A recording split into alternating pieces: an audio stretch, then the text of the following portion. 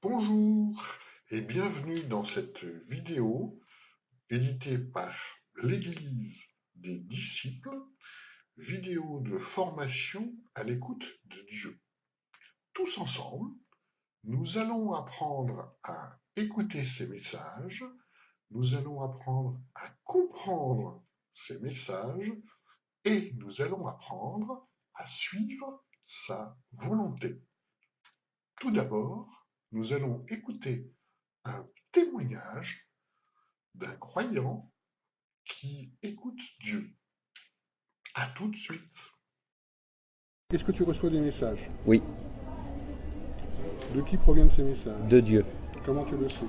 Parce que des fois, bon, quand je reçois des messages, je reçois aussi en même temps des frissons, comme si, par le Saint-Esprit, et Dieu, il me parle en même moment. Et comment tu sais que c'est lui et pas dans ta tête? Parce que je ressens une force, justement, qui vient de Dieu. Et comment tu sais que c'est pas ton imagination? Quand il me dit des choses, par exemple, qu'il me dit d'aller à tel endroit, je le fais et en général, ça marche toujours. Qu'est-ce qu'il te dit comme sorte de phrase? Courage, force, par le biais de tout le monde aussi, par son biais à lui. Il me donne aussi des conseils de beaucoup de choses quand je lui demande et je l'écoute. Est-ce qu'il te donne une fois les messages ou pas? De temps en non, des fois il m'en donne plusieurs. Ça m'arrive. Et le même, est-ce que tu le répètes ou est-ce que tu donnes qu'une fois? Des fois je lui fais répéter deux fois quand je comprends pas et après une fois que j'ai compris, il me la répète. Au bout de la deuxième fois, j'ai bien compris ce qu'il m'a dit. Est-ce que tu lui poses des questions? Oui. Qu'est-ce que tu lui poses comme type de questions? Comment je peux faire pour telle situation, où il faut que je m'adresse, et puis lui, il me répond. Et comment tu peux être sûr que c'est lui? Parce qu'il me fait comprendre. Bon, il dit déjà le mot Dieu, je suis ton Seigneur, et, et puis bon, par le Saint-Esprit, justement, je sais que c'est Dieu qui me fait passer par mon Saint-Esprit. Comment est-ce qu'il t'appelle? J'ai pas compris. Comment est-ce qu'il t'appelle? Comment ça? Il t'appelle de façon particulière? Non. Non, mais il me parle directement. Et toi, comment tu l'appelles? J'appelle Seigneur, Dieu, par là où des fois ça m'arrive d'appeler, bon, je demande à Dieu à chaque fois, je dis voilà Dieu, j'ai besoin de toi, est-ce que tu peux m'aider? Et puis il me répond. Est-ce que tu reçois des messages de redressement? Oui, assez, des fois ça m'arrive. Et comment tu les reconnais? En disant que par exemple si je fais une faute, il me fait comprendre que faut que j'arrête cette faute. Et il te fait comprendre comment? Par mon Saint-Esprit justement. Et comment tu différencies ça d'un autre message? Parce que bon, quand je suis prêt à commettre un péché, je sais que c'est comme si mon corps il se contrôlait quoi, comme une télécommande. Est-ce que tu reçois des messages de l'adversaire? Des fois ça m'arrive, mais pas tout le temps, mais Dieu est là pour contre-attaquer derrière. Comment tu les reconnais? Des fois il m'oriente sur un mauvais truc. Comment tu les reçois? Ça par le biais de certaines personnes, par exemple de mon entourage. Est-ce que tu les différencies tout de suite? Oui. Comment? Quand je vois que par exemple il y a le mal, je sais qu'il n'y a pas si longtemps, j'ai senti qu'il y avait un danger pour moi par rapport à sa famille. Et je sais que ça venait pas de Dieu tout ce que sa famille m'a dit quoi.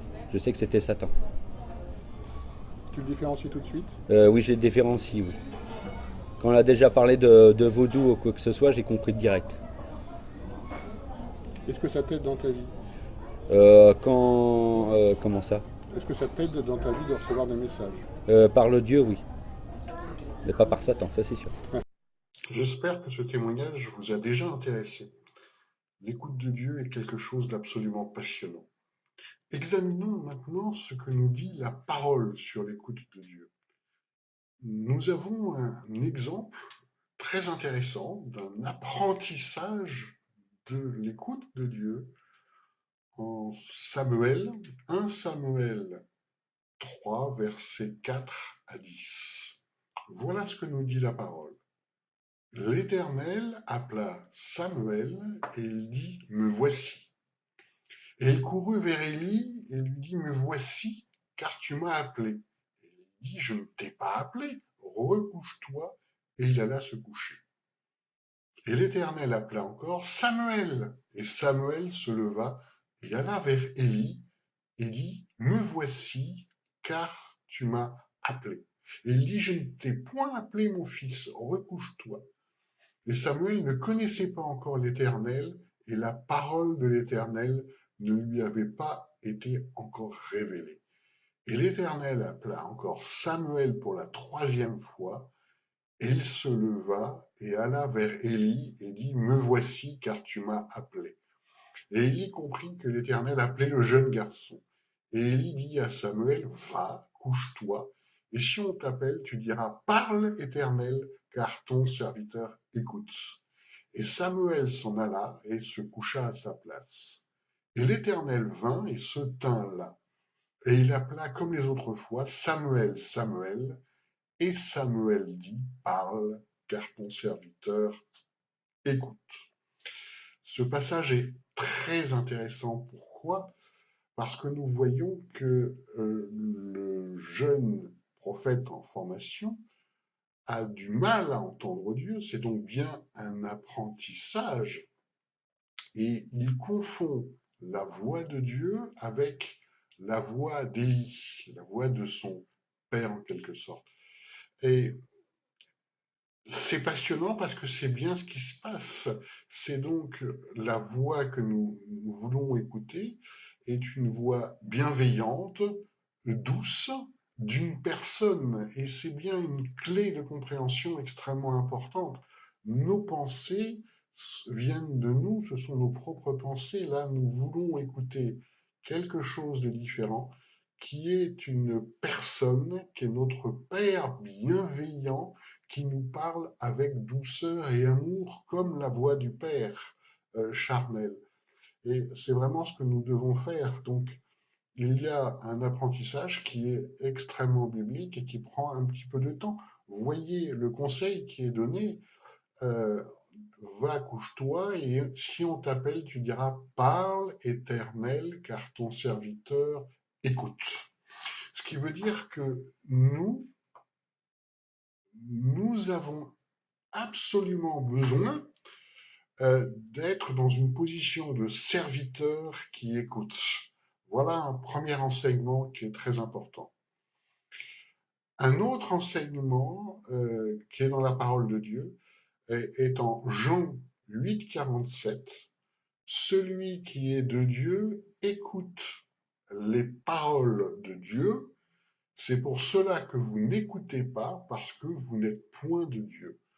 Dans ce verset, ce qui nous est indiqué, c'est que pour écouter la parole de Dieu, il faut être de Dieu, c'est-à-dire suivre son Saint-Esprit. Nous voyons que c'est une vraie démarche de foi.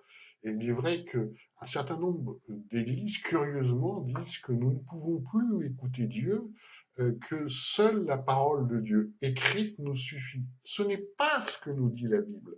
La Bible nous dit même l'inverse. Nous voyons que le problème est toujours le même, suivre effectivement le Saint-Esprit et ne pas suivre notre chair, car c'est la vraie difficulté pour l'écoute de Dieu. Nous sommes tous humains et nous avons tous tendance à écouter nos propres pensées, à être préoccupés par le monde, alors que là, la démarche est de suivre le Saint-Esprit, c'est-à-dire de nous oublier les difficultés, les problèmes, les inquiétudes qui ne viennent pas de Dieu, pour vraiment se mettre à l'écoute. Rappelons cette parole, Samuel dit, parle, car ton serviteur écoute. Romains 10, 17 nous dit, la foi est de ce qu'on entend et de ce qu'on entend par la parole de Dieu. Donc pour nous, écouter Dieu est quelque chose de très important parce qu'elle nous permet de progresser en foi. C'est Dieu qui nous donne la foi, mais c'est nous qui l'acceptons ou en fait la refusons. c'est la même chose pour l'écoute de Dieu. Nous avons également en Jean 10, 27 une parole très forte.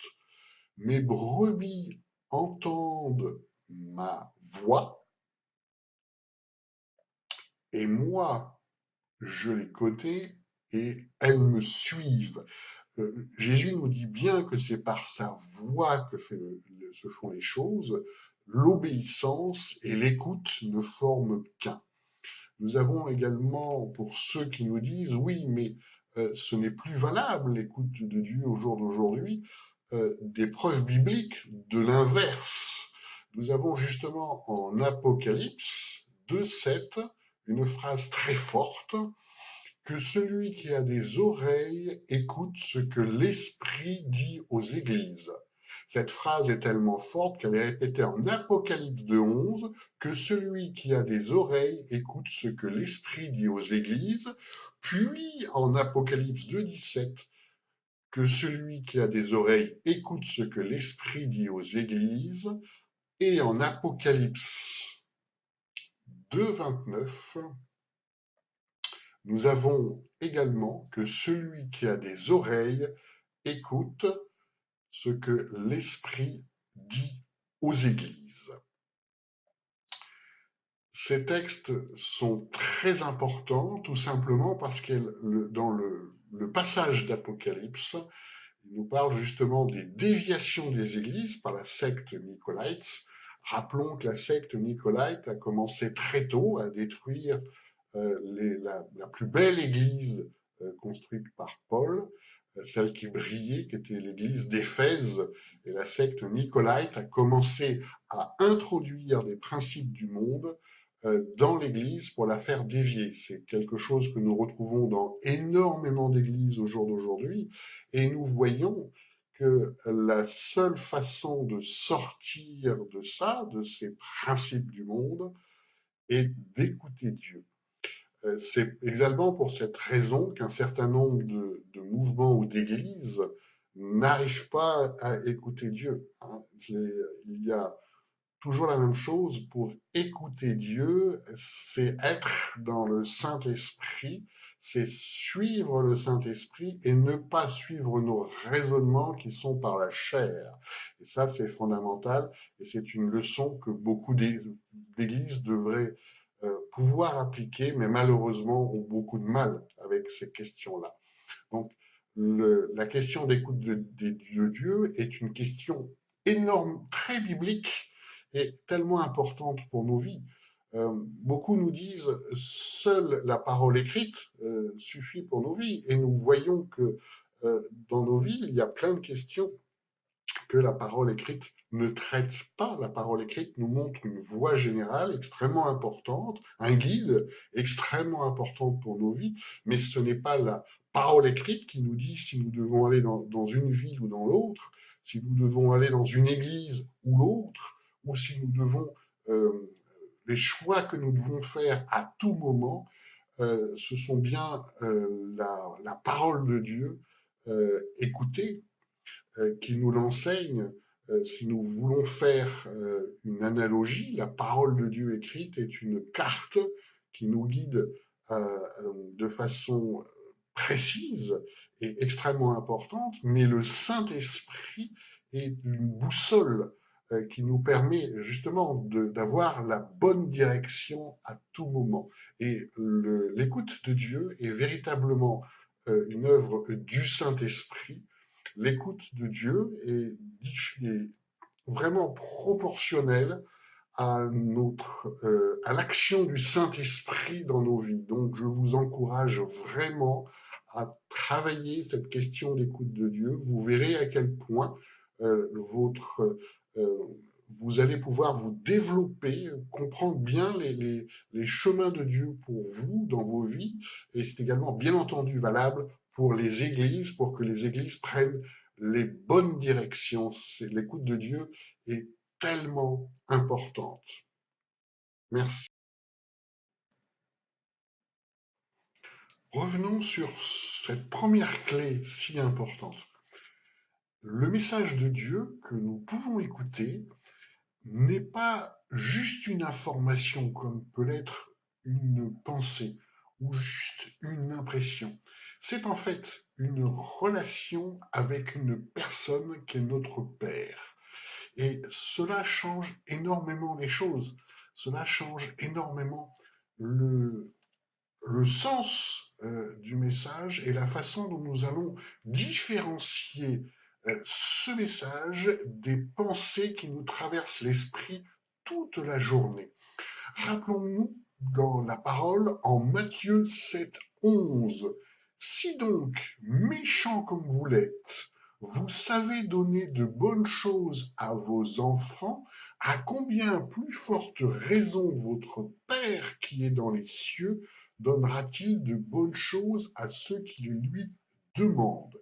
Deux informations dans ce passage. Il faut demander pour recevoir, c'est quelque chose que vous pouvez lire régulièrement dans la Bible. Effectivement, l'écoute de Dieu est une démarche volontaire de serviteur, comme nous l'avons dit tout à l'heure, d'ouverture vers son Père. Et pour pouvoir entendre, il faut s'oublier soi-même, mettre de côté notre chair, nos raisonnements, nos pensées. Ça, c'est quelque chose de très important. Donc, vous le voyez, un message de Dieu n'est pas stressant. Dieu n'est pas là pour vous stresser, pour vous brouiller, pour vous troubler. Si vous entendez des messages qui ont cet effet-là en vous, il y a de fortes chances que ce soit un message qui ne vient pas de Dieu. Rappelez-vous également que dans l'écoute de Dieu, il y a trois types de messages. Les messages qui viennent de Dieu, les messages qui sont juste générés par notre pensée et qui ne viennent pas de Dieu, hein, mais c'est nous qui les inventons sans le vouloir, et les troisièmes, les messages qui viennent de l'adversaire. Pour pouvoir différencier un message qui vient de l'adversaire d'un message qui vient de Dieu, la première chose, c'est qu'un message qui vient de Dieu n'est pas stressant. Euh, Rappelez-vous tout à l'heure, dans le passage lu dans l'apprentissage du prophète, il le confondait avec son, en quelque sorte, père spirituel, c'est-à-dire que c'est un message doux et bienveillant. On va prendre un autre exemple dans la parole qui est très clair, un passage qui est très connu en 1 Roi 19, 11, versets 11 à 12. C'est un exemple d'écoute de Dieu, hein, d'Élie. Élie, sort et tiens-toi sur la montagne devant l'Éternel. L'Éternel va passer. Et il se fit un vent grand et violent, déchirant les montagnes et brisant les rochers devant l'Éternel. L'Éternel n'était pas dans le vent, et après le vent, un tremblement de terre. L'Éternel n'était pas dans le tremblement de terre. Et après le tremblement de terre du feu, l'Éternel n'était pas dans le feu, et après le feu, un son à peine perceptible.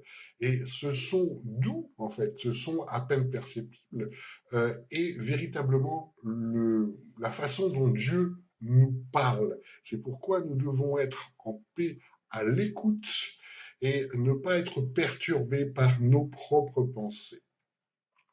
Ainsi, une deuxième clé très importante est notre état dans lequel nous devons être pour écouter Dieu. Nous l'avons dit tout à l'heure, parle car ton serviteur écoute.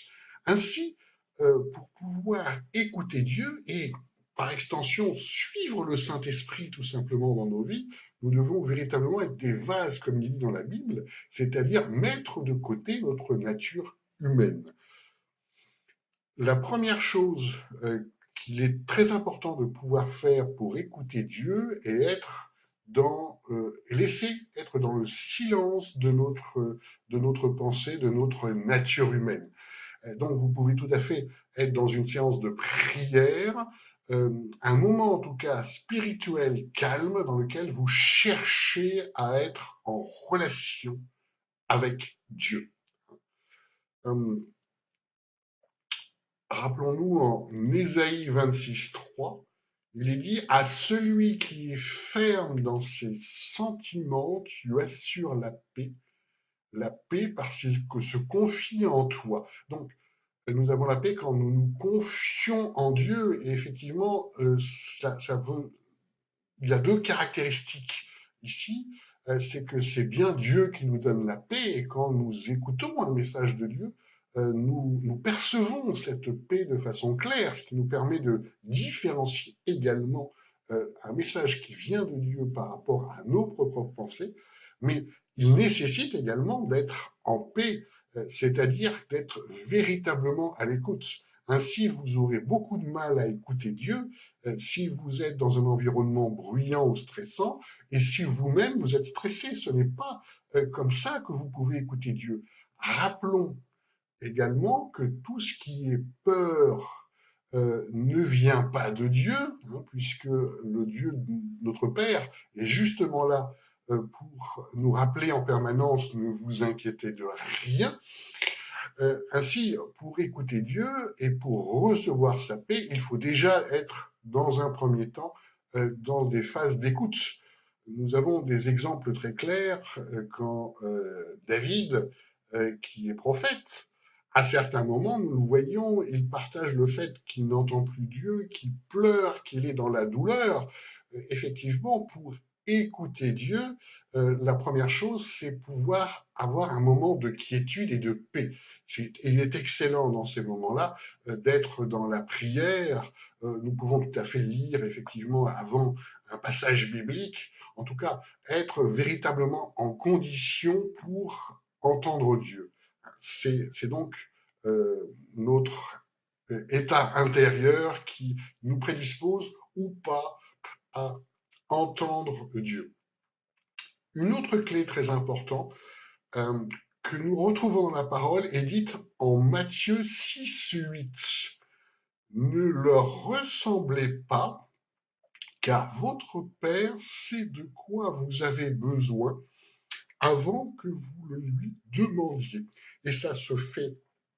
C'est quelque chose que vous observez très souvent dans l'écoute de Dieu. Vous avez la réponse souvent avant même d'avoir fini la question. C'est un très bon indicateur parce que c'est vraiment Dieu qui fait ça. Hein.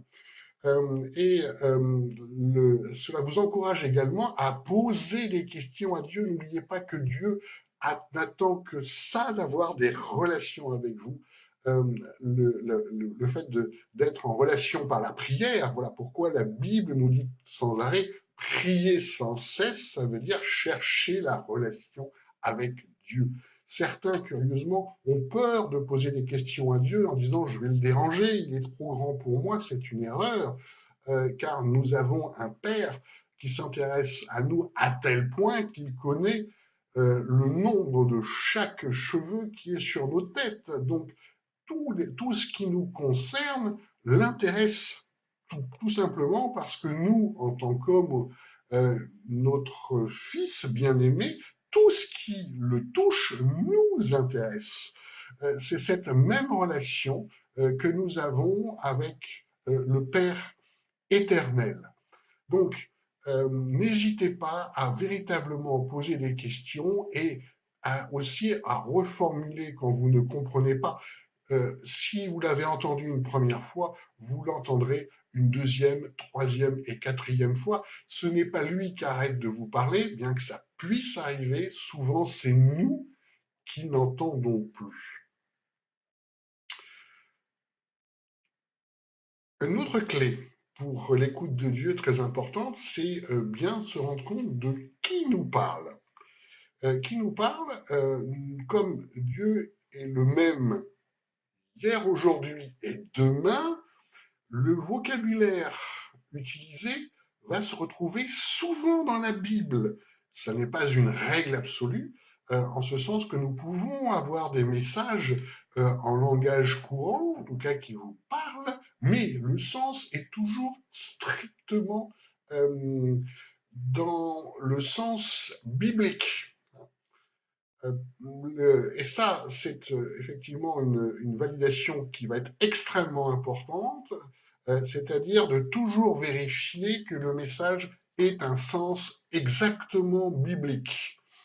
On a en Psaume 12,7, les paroles de l'Éternel sont des paroles pures, un argent éprouvé sur terre au creuset est 7 fois épuré. Ainsi, la parole de Dieu que nous allons écouter, entendre et recevoir est une grande pureté, est équivalente à la pureté que nous avons dans la Bible. Euh, Comme nous devons nous méfier de nous-mêmes des moments où nous pensons écouter Dieu, alors que nous ne faisons que nous écouter nous-mêmes, nous devons impérativement vérifier tous les messages dans un sens biblique. Ce que je vous conseille de faire, c'est de faire des recherches bibliques à chaque fois et d'utiliser aussi les fonctions Internet dans les Bibles qui sont sur Internet parce qu'elles vous permettent de faire des recherches par mots-clés. Il ne peut pas y avoir de contradiction entre le message que vous entendez et le message général que nous délivre la Bible. Ça, c'est vraiment un critère extrêmement important. Un autre aspect aussi important est de ne pas rajouter des intentions au message.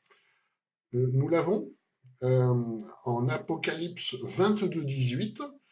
Je le déclare à quiconque entend les paroles de la prophétie de ce livre. Si quelqu'un y ajoute quelque chose, Dieu le frappera des fléaux décrits dans ce livre. Ça veut dire que nous avons tendance à rajouter plein de choses, à dire que, en fonction du message reçu, à dire ça veut forcément dire ça. Il faut être très prudent là-dessus. Nous nous trompons souvent en rajoutant des choses humaines au message ou des intentions qui n'y sont pas. C'est pourquoi nous devons faire la même démarche que l'étude d'un verset biblique, c'est-à-dire bien comprendre le sens exact et non pas le sens que nous voulons y trouver. C'est deux choses différentes. Pour cela, il ne faut pas hésiter à poser des questions à Dieu. On peut répéter, comme on l'a entendu dans l'interview plusieurs fois, quand on ne comprend pas les messages, Dieu répond. Il ne faut pas avoir peur de cette relation-là. On va prendre un exemple très simple d'un message que l'on reçoit très souvent parmi les premiers messages. Exemple, on peut entendre, et c'est quelque chose, c'est un des premiers messages que j'ai entendu notamment, à des moments où c'était compliqué pour moi, un message, tu n'as rien à craindre quand tu es en moi. Euh, c'est un message qui se retrouve quasiment à l'identique dans la Bible. Psaume 118,6, l'Éternel est pour moi, je ne crains rien. Que peuvent me faire des hommes? Oui, nous le savons intellectuellement, mais ce message nous fait énormément de bien parce que quand nous l'entendons, tout d'un coup, nous nous sentons emplis d'une paix intérieure. Oui, ce que nous dit la Bible est vrai, notre Père est vivant, Dieu est vivant, Jésus est vivant, le Saint-Esprit nous guide, et d'avoir cette confirmation-là nous fait énormément de bien. Parce que là aussi, il sert à suivre Dieu et ne pas nous faire embarquer par nos peurs, nos raisonnements qui ne viennent pas de Dieu. Mais je prends cet exemple de ce message-là, qui est un classique. On ne peut pas non plus dire qu'il ne va rien m'arriver. Le message dit qu'on n'a rien à craindre, et par expérience, quand nous recevons ce message, c'est que nous allons traverser des expériences qui vont nous faire peur. Mais grâce à ce message, nous savons que, au final, nous ne sommes pas vraiment en danger. Voilà ce que ce message veut dire, et voilà un exemple du fait que nous devons prendre le message tel qu'il est, ce qu'il veut dire, et ne pas rajouter plein de choses, hein. Par rapport à ça, on a dans la Bible un passage très visuel de ça, en Daniel 3, versets 26 à 27. Ensuite, Nebuchadnezzar s'approcha de l'entrée de la fournaise ardente et, prenant la parole, il dit: Shadrach, Meshach et Abel-Négo, serviteurs du Dieu suprême, sortez et venez. Et Shadrach, Meshach et Abel-Négo sortirent du milieu du feu. Les satrapes, les intendants, les gouverneurs et les conseillers du roi s'assemblèrent. Ils virent que le feu n'avait eu aucun pouvoir sur le corps de ces hommes, que les cheveux de leur tête n'avaient pas été brûlés, que leurs caleçons n'étaient point endommagés et que l'odeur du feu ne les avait pas atteints. Dans cet exemple-là, ils ont vécu une expérience absolument effrayante, humainement parlant, mais Dieu leur avait garanti qu'en fait, ils n'avaient rien à craindre. C'est pourquoi, pour comprendre les messages qui viennent de Dieu, nous avons absolument besoin de toujours nous référer à la parole et d'étudier encore et plus la parole écrite, parce que c'est une clé majeure dans la compréhension et indispensable dans la compréhension de la parole reçue. Ça nous éclaire sur vraiment qui est Dieu. Et nous ne pouvons pas avancer dans l'écoute de Dieu tant que nous n'avançons pas dans l'étude de la parole écrite. Merci. Revenons sur quelques éléments importants pour comprendre les messages de Dieu et les discerner. Le premier élément, comme nous l'avons dit tout à l'heure, c'est une relation avec une personne qui est votre Père bienveillant. La caractéristique des messages de Dieu, c'est l'autorité qui s'en dégage. Nous l'avons par exemple dans la parole de Dieu, en Ésaïe 6, versets 1 à 3.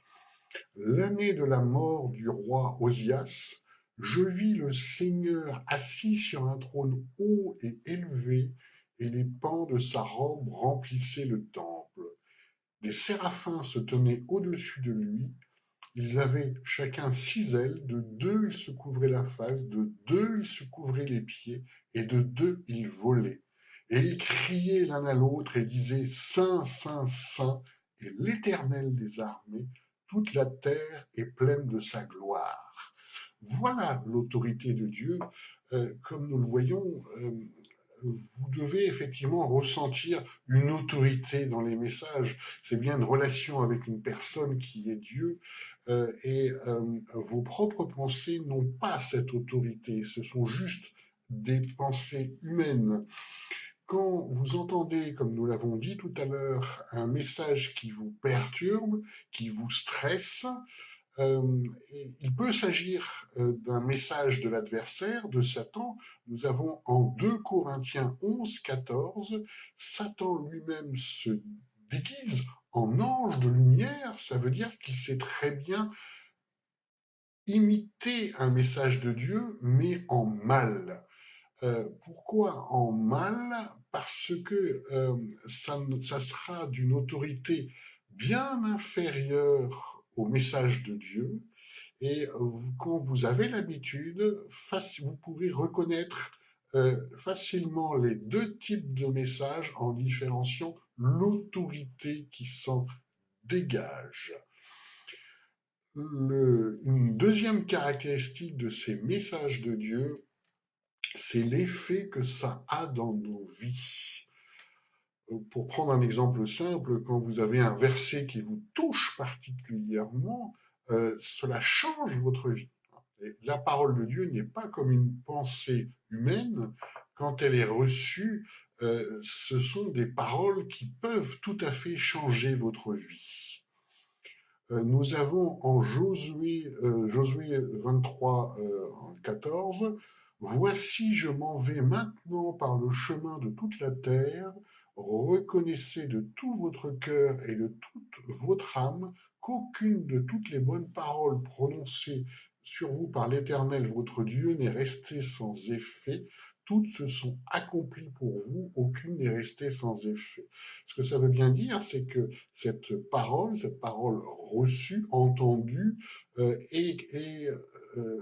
occasionne un changement important dans votre vie, et vous pouvez d'ailleurs vous y référer. Il est très important de les écrire dans un carnet ou sur votre téléphone mobile pour que vous puissiez les retrouver et les comprendre à nouveau, pour bien ressentir la sagesse de celui qui est à l'origine de ces messages. N'oublions pas qu'en psaume 119.105, nous avons: ta parole est une lampe qui éclaire mes pas, une lumière sur ma route. C'est-à-dire que ces messages servent véritablement à vous diriger, et à vous guider dans la vie. Il faut faire attention, les messages que vous recevez ne sont pas forcément destinés aux autres. Vous pouvez partager une expérience, mais il faut toujours les remettre dans le contexte parce que c'est fait pour parler essentiellement à vous.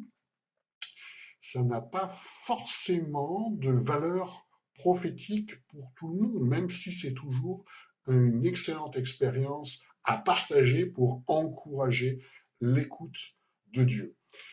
Une autre caractéristique de ces messages, c'est que souvent vous allez être surpris par ces messages parce qu'effectivement, ce ne sont pas vos pensées. En Ésaïe 55:8, nous avons: car mes pensées ne sont pas vos pensées et vos voix ne sont pas mes voix, dit l'Éternel. Et effectivement, être surpris par un message parce que ce n'est pas ce que vous pensez est un très bon signe.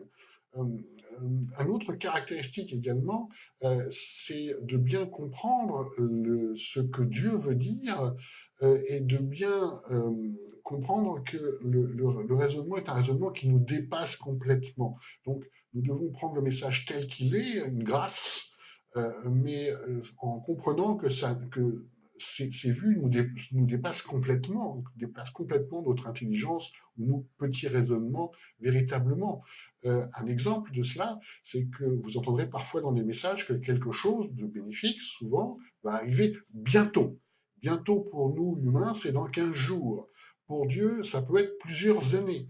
Nous avons en 2 Pierre 3, versets 8 à 9, il est une chose que vous ne devez pas oublier, bien-aimés, c'est que devant le Seigneur, un jour est comme 1000 ans et 1000 ans comme un jour. Le Seigneur n'est point en retard pour l'exécution de sa promesse, comme quelques-uns estiment qu'il y a retard, mais il use de patience envers vous, ne voulant pas que quelques-uns périssent, mais que tous viennent à la repentance. Et la repentance est une clé. Régulièrement, dans les messages que vous recevrez, vous avez des messages de repentance. Dieu vous parle directement pour vous reprendre et vous remettre sur le droit chemin. Il y a un exemple de ce type de dialogue dans Jonas 4, versets 5 à 11. Nous rappelons le contexte: Jonas ne voulait pas apporter le message dans la grande ville, car il n'était pas d'accord avec ce que voulait faire Dieu. Et quand il a vu effectivement l'œuvre de Dieu, après il s'est retiré de la ville, et on est dans ce passage-là. Jonas était sorti de la ville et s'était assis à l'orient de la ville, et il s'était fait là une hutte de branches, et s'y tenait à l'ombre jusqu'à ce qu'il vit ce qui arriverait à la ville. Et l'Éternel Dieu fit pousser un ricin qui s'éleva au-dessus de Jonas pour lui faire ombre sur la tête, afin de le délivrer de son mal.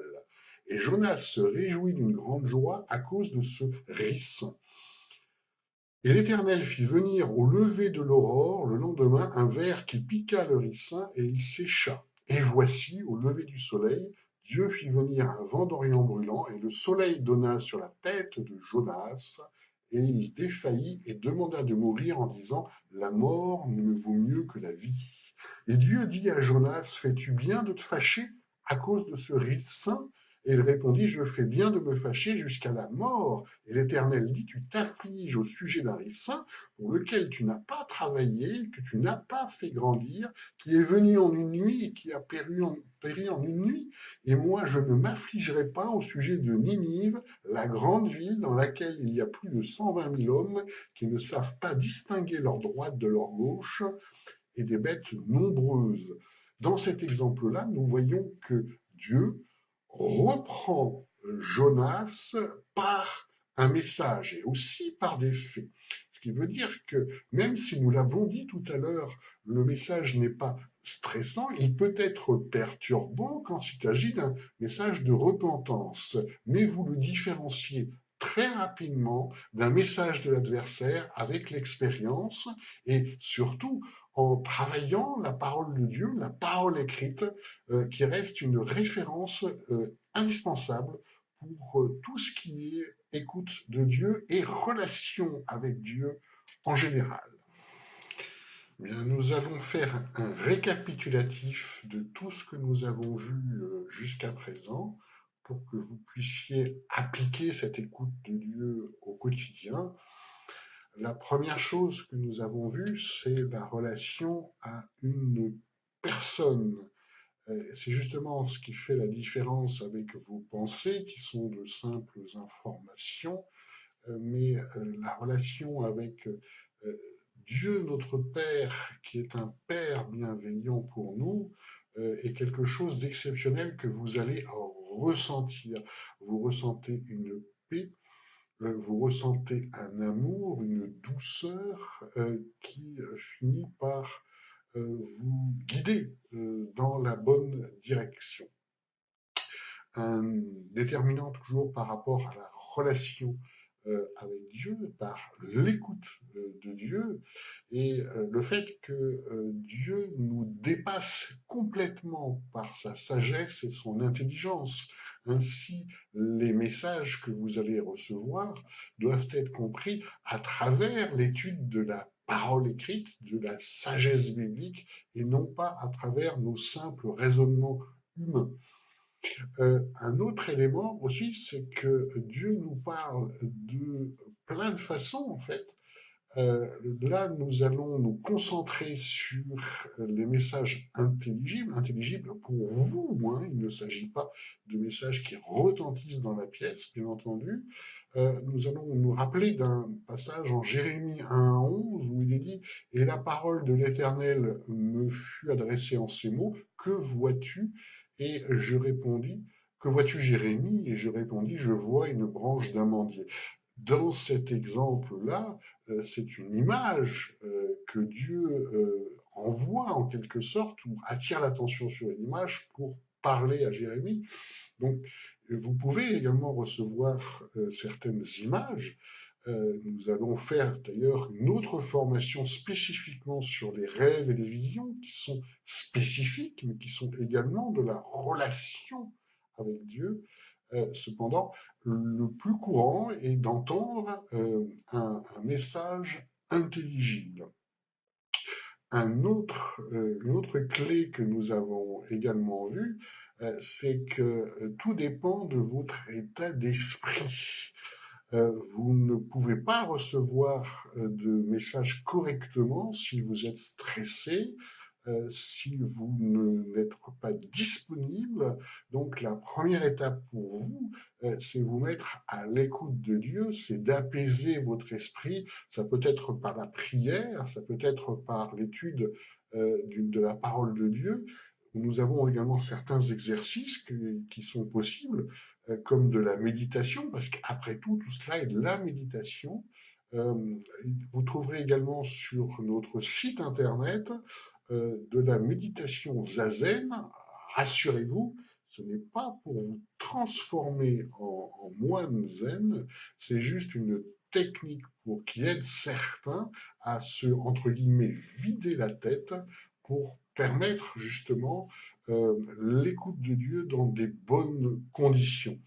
Il y a des possibilités également de musique douce, Vous en trouverez également sur notre site internet. Le plus important, c'est d'arriver effectivement à se déconnecter du monde, à se déconnecter de la chair, de vos propres pensées, parce que ce qui nous intéresse, ce ne sont pas nos propres pensées que nous connaissons, mais bien la volonté de Dieu qui s'exprime. Et c'est tout à fait autre chose. Nous avons vu également que quand vous entendez un message qui vient de Dieu, donc par le Saint-Esprit, euh, cela, vous ressentez une paix, vous ressentez la sagesse, et surtout, cela a des fruits en ce sens que cela vous aide énormément dans votre vie à bien comprendre la volonté de Dieu et bien l'appliquer, parce que nous parlons ici d'application. J'en veux par exemple un exemple d'un message classique. Quand il y a une difficulté avec une personne qui vous fait du mal, souvent le message que vous allez entendre de Dieu, c'est aime-le, aime-le. Aime-le, ça n'est pas notre logique humaine. Au contraire, nous avons envie de nous venger, nous sommes en colère, mais Dieu vous reprend, hein, en rappelant qu'il est amour. Voilà un exemple de message que vous pouvez recevoir. Il semble banal, sorti du contexte, que si vous le partagez avec des personnes qui ne connaissent pas cela, ils vont vous dire c'est dans la Bible, c'est évident. Ne vous laissez pas décourager. Après tout, un des grands messages forts de Jésus, aimez-vous les uns les autres, semble évident, il ne l'est pas. Hein. Et là aussi, chacun des messages que vous recevez doit être remis dans le contexte. Hein. N'oublions pas que l'objectif est de vous faire guider par Dieu, ce qui est un objectif extrêmement louable et noble par rapport à ça. Nous avons parlé d'une relation avec une personne. Cette relation s'exprime par des questions-réponses. Dieu va vous répéter autant de fois qu'il est nécessaire le message. N'ayez pas peur, c'est votre Père bienveillant. Vous-même, quand vous avez un petit enfant, vous répétez toujours la même chose parce qu'il ne comprend pas. Bien, Dieu, c'est pareil, il a une patience infinie avec nous, il nous connaît, c'est lui qui nous a fait. Donc n'hésitez pas, plus vous allez vers lui pour lui demander des explications, de comprendre de ce qu'il passe, plus vous allez recevoir de messages. C'est une école d'humilité. Euh, N'oubliez pas que de façon très concrète, Dieu met à peu près 10 ans pour former un prophète, et la plus grande difficulté, c'est qu'il arrive à se détacher des raisonnements du monde, de notre logique, de notre câblage interne, de nos blocages, bref, tout ce qu'il fait qu'il a du mal à comprendre la logique de Dieu, l'amour de Dieu. On a vu tout à l'heure dans l'exemple de Jonas, la sagesse de Dieu qui nous dépasse. Et ça, c'est un apprentissage qui peut être long. Mais ne vous découragez pas, prenez le temps de faire ces exercices. Et vous verrez, au fur et à mesure, il y aura des résultats, vous aurez effectivement un certain nombre de messages. Donc, apprenez à bien discerner vos propres pensées. Rappelez-vous que certaines pensées peuvent ressembler au message de Dieu, mais grâce à l'étude biblique, à l'étude des fruits et l'expérience que vous allez développer, vous allez vite pouvoir discerner ce qui vient de Dieu, ce qui vient de vos propres pensées, ce qui peut venir également de l'adversaire.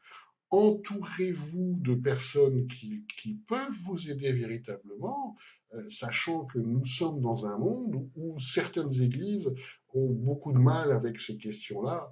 Euh, c'est une réalité comme beaucoup de mal avec tout ce qui touche avec l'action du Saint-Esprit. C'est malheureusement le cas. Donc, entourez-vous de personnes qui peuvent vraiment vous aider. C'est biblique. Dieu veut développer une relation personnelle avec vous, vous élever, et c'est extrêmement important que vous puissiez progresser dans ce domaine-là et prendre le temps de faire les méditations qui sont nécessaires par rapport à ça. Bien entendu, le fondamental est toujours l'étude de la parole écrite qui va vous aider à progresser dans ce domaine, qui est indispensable pour valider les différents messages est absolument nécessaire dans notre vie de croyants, de disciples. Merci pour cette vidéo et je vous souhaite une bonne écoute de Dieu.